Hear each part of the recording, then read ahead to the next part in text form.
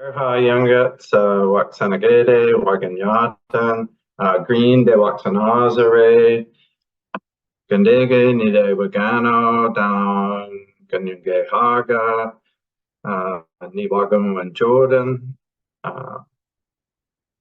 Anagon, Gay Rihunyane, G Queen's University, Wakyodans. Yes, Mark Green and Rahswahérha is my Ganyungeha name, and I sit with Turtle Clan in Tyendinaga, and I'm also a professor in civil engineering at Queen's University. So I have been involved with the Frontenac Excellence in Ontario Health team for a couple of years now.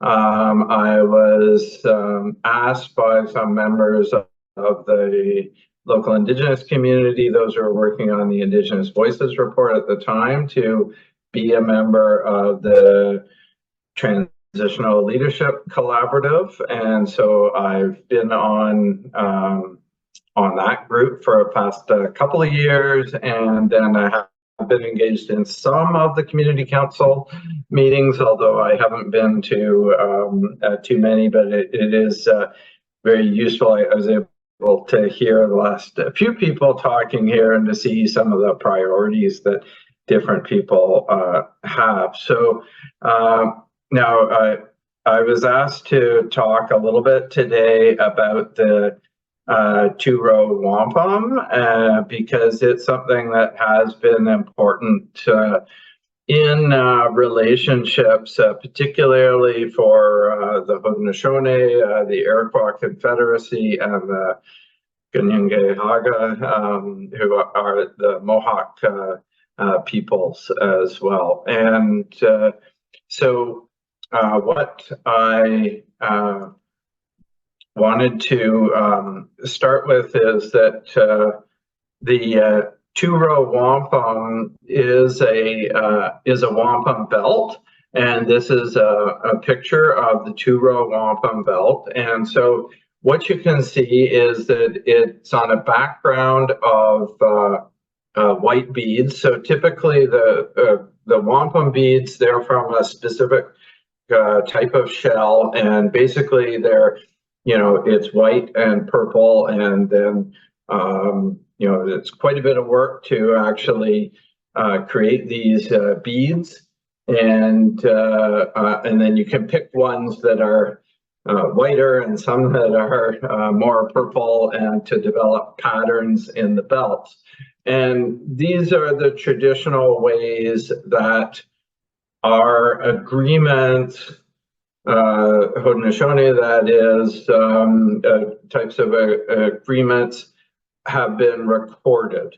And so I got some of the information about this from a nice short video that I saw that was circulated recently through the OHT from Elder William Woodworth. And he's Mohawk from Six Nations, so near Brantford. And the white beads that are in this belt are to represent the waters. And then the two rows of purple beads, one represent the path of the Haudenosaunee peoples, First Nations peoples, whereas the other represents the path of the Europeans. And so some will talk about the one being the peoples moving on the waters in a canoe, and the Europeans on the waters in a ship.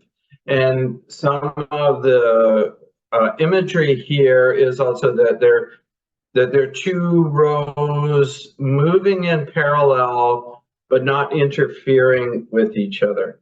But also has mentioned that these rows of white beads are not just, they keep separate, but they're also connecting.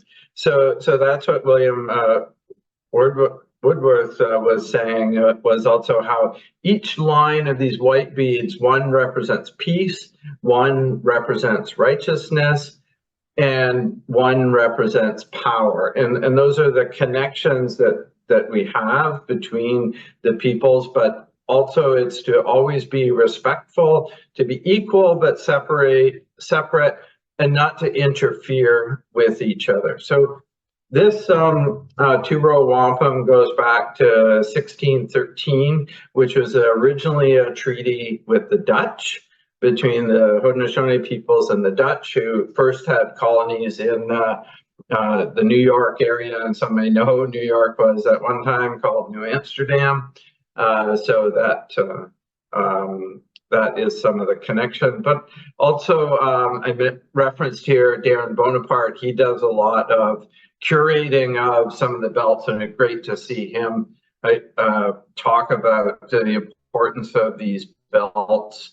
And he referred this belt as the granddaddy of wampum belts. And it's really this, it's been such a guiding principle, particularly from the Haudenosaunee perspective, of how our relationships should be. And really stated that neither group is to pass laws that interfere with the steering of the other's craft along these. So we'll talk a little bit about how that relates to what has happened subsequently in these 400 years and more since.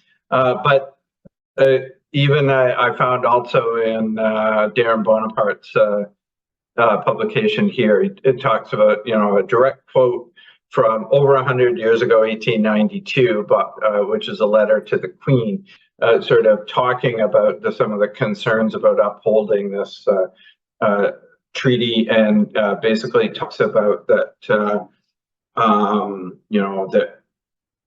how that covenant chain needs to be respected, and we need to make certain that we keep the spirit of this Two Row Wampum going on. So there's a lot of evidence that this has been respected for a long time.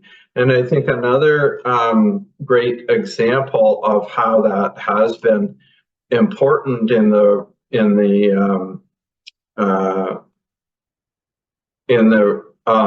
recommendations is an example from the Royal Proclamation in 1763. So this was a really important, and many of you do know your history, both certainly foundational for First Nations people in North America, but I guess a lot of it is some of the roots of the American Revolution, et cetera, felt that more rights were being given to some of the French settlers and to the First Nations people than what their colonies would have.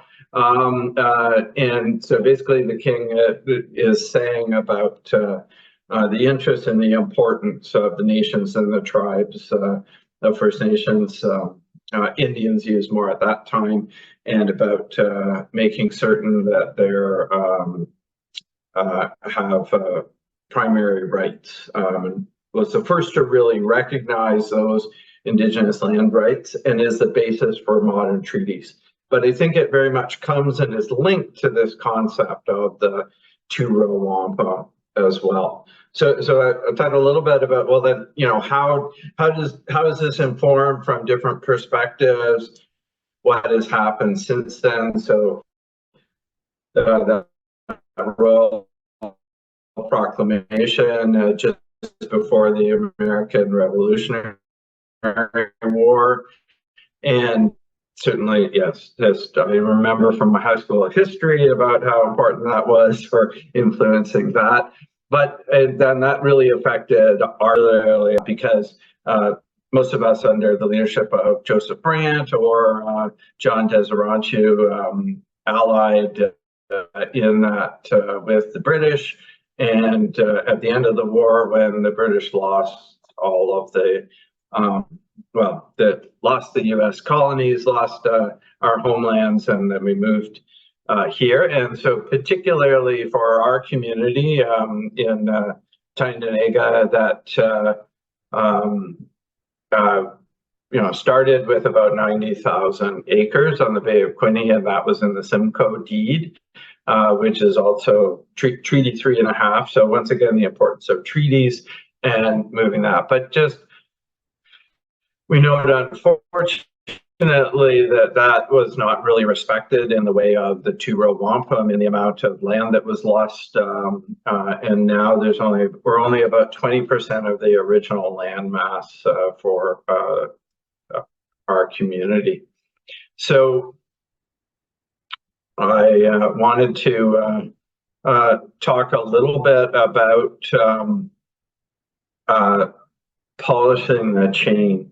And so we have, this is about really renewing the agreement. And so part of the tradition, and remember that our treaties weren't written down in the same way, but we would do the ceremonies of polish as well to regularly renew the treaty. So the Wampum Belt is also a way of sort of reading the treaty, and those elements I mentioned are symbolic of what it should intend. So we have done this and sometimes it's called polishing the chain, because some of the belts are also made of silver, etc., so they get tarnished, and you would want to polish them in order that they would stay current. So that there's that need to regularly renew the treaty